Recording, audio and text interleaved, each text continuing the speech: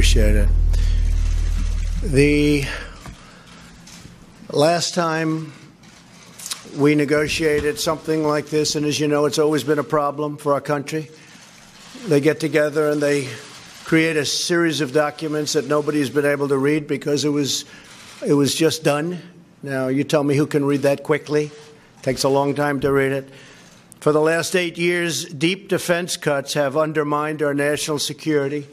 How old are, and they just, if you look at what's taken out, they've hollowed our readiness as a military unit and put America at really grave risk. My highest duty is to keep America safe. Nothing more important. The omnibus bill reverses this dangerous defense. As crazy as it's been, as difficult as it's been, as much opposition to the military as we've had from the Democrats, and it has been tremendous. I try to explain to them, you know, the military is for Republicans and Democrats and everybody else. It's for everybody.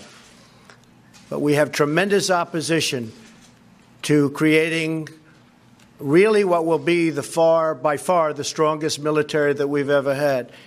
We've had that from the Democrats. So if we take something for the military, they want something for, in many cases, things that are really a wasted sum of money.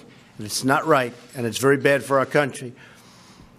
We're looking to do funding for our final fight in certain areas. As you know, we've gotten just about 100% of our land back from ISIS. We have troop increases necessary to accomplish what we have to do, and we have, very importantly, a pay increase for our troops. And this will be actually the largest pay increase for our incredible people in over a decade. It increases total defense spending by more than $60 billion from last year and funds the addition of critically needed ships, planes, helicopters, tanks, and submarines. We have submarines being built, the likes of which there's nothing anywhere in the world like the submarines we build. Our military equipment is the best equipment in the world. And one of the things you saw 2 days ago with Saudi Arabia and with other countries, Saudi Arabia, as an example, is buying hundreds of billions of dollars worth of our equipment. And we're getting very fast approvals on that. Therefore, as a matter of national security, I've signed this omnibus budget bill. There are a lot of things that I'm unhappy about in this bill.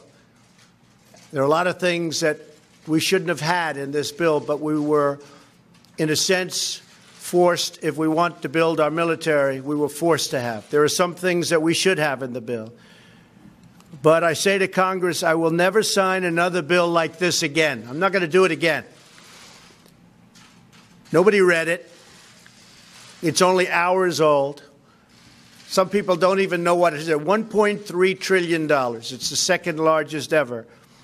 President Obama signed one that was actually larger, which I'm sure he wasn't too happy with either. But in this case, it became so big because we need to take care of our military. And because the Democrats, who don't believe in that, added things that they wanted in order to get their votes. We have to get rid of the filibuster rule. We have to get rid of the filibuster rule and go to 51 votes in the Senate if we're going to have really sustained, continued success. DACA recipients have been treated extremely badly by the Democrats. We wanted to include DACA. We wanted to have them in this bill, 800,000 people, and actually it could even be more.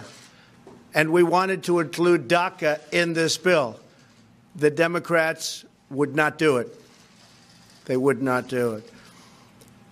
To prevent the omnibus situation from ever happening again, I'm calling on Congress to give me a line item veto for all government spending bills, and the Senate must end.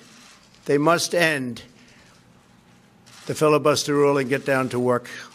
We have to get a lot of great legislation approved, and without the filibuster rule, it'll happen just like magic.